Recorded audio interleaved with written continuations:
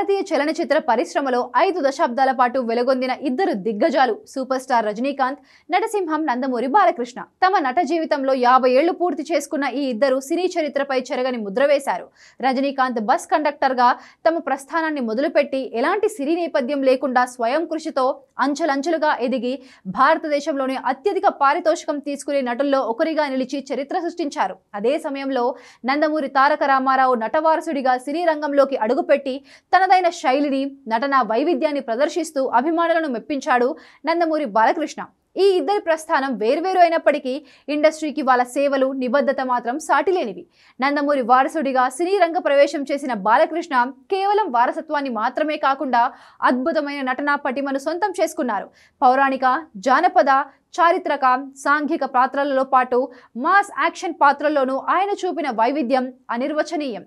ముఖ్యంగా ఒకవైపు commercial mass సినిమాలు చేస్తూనే కెరీర్ పీక్లో ఉన్నప్పుడే ఆదిత్య 369, భైరవ ద్వీపం వంటి చారిత్రక జానపద చిత్రాలు చేశాడు బాలయ్య. అలాగే నరసింహ నాయుడు, సింహ, అఖండ వంటి మాస్ యాక్షన్ చిత్రాలు ఆయనకు తిరుగులేని స్టార్డమ్ను తెచ్చిపెట్టాయి. 50 ఏళ్ల సుదీర్ఘ సినీ ప్రస్థానంలో ఎన్నో అద్భుతమైన పాత్రలతో పాటు తమ సినిమాల్లోని డైలాగులు, మేనరిజమ్స్తో ప్రేక్షకులను రంజింపజేస్తూ నంది అవార్డులు సహా పలు ప్రతిష్టాత్మక అవార్డులు, రివార్డులు అందుకున్నారు బాలయ్య. ఆయన సినీ ప్రస్థానికి గుర్తింపుగా ఇంటర్నేషనల్ ఫిల్మ్ ఫెస్టివల్ ఆఫ్ ఇండియాలో సత్కారం అందుకోవడం ఆయన ప్రతిభకు దక్కిన గౌరవం. మరోవైపు రజనీకాంత్ అంటే కేవలం నటుడు మాత్రమే కాదు, ఒక అద్భుతం.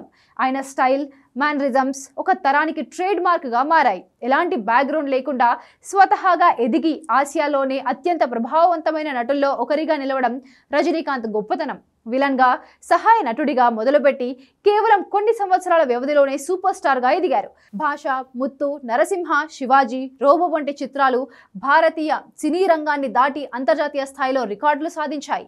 ఈ ఇద్దరు మహానటులు తమ కెరీర్లో ఎన్నో అద్భుత విజయాలను నమోదు చేయడంతో పాటు దేశం నుంచి అత్యున్నత గౌరవాలను కూడా అందుకున్నారు. రజనీకాంత్ భారత ప్రభుత్వం నుంచి దేశంలో 2వ అత్యున్నత పౌర పురస్కారమైన పద్మ విభూషణ్ అందుకున్నారు.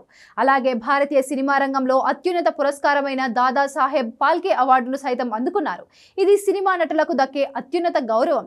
బాలకృష్ణకు IFFIలో సన్మానం చేయబోతున్నారు. అలాగే పలు రాష్ట్ర స్థాయి నంది అవార్డులు, ఫిల్మ్ఫేర్ అవార్డులు ఆయన నట జీవితంలోని ముఖ్యమైన మైలురాళ్లుగా నిలిచాయి. దానికి తోడు పద్మభూషణ్ కూడా వచ్చింది.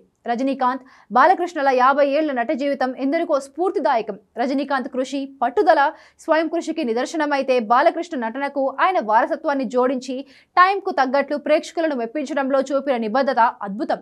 నేటికి ఈ ఇద్దరు హీరోలుగా నటిస్తూ నేటి హీరోలకు ఆదర్శంగా నిలవడమే కాదు, పోటీ కూడా ఇస్తున్నారు. భారతీయ చలనచిత్ర చరిత్రలో వాళ్ళ స్థానం సుస్థిరం. ఈ ఇద్దరు లెజెండరీ నటులను సన్మానించడం అనేది సినీ పరిశ్రమ ఈ మహానటులకు ఇస్తున్న అత్యున్నత గౌరవం.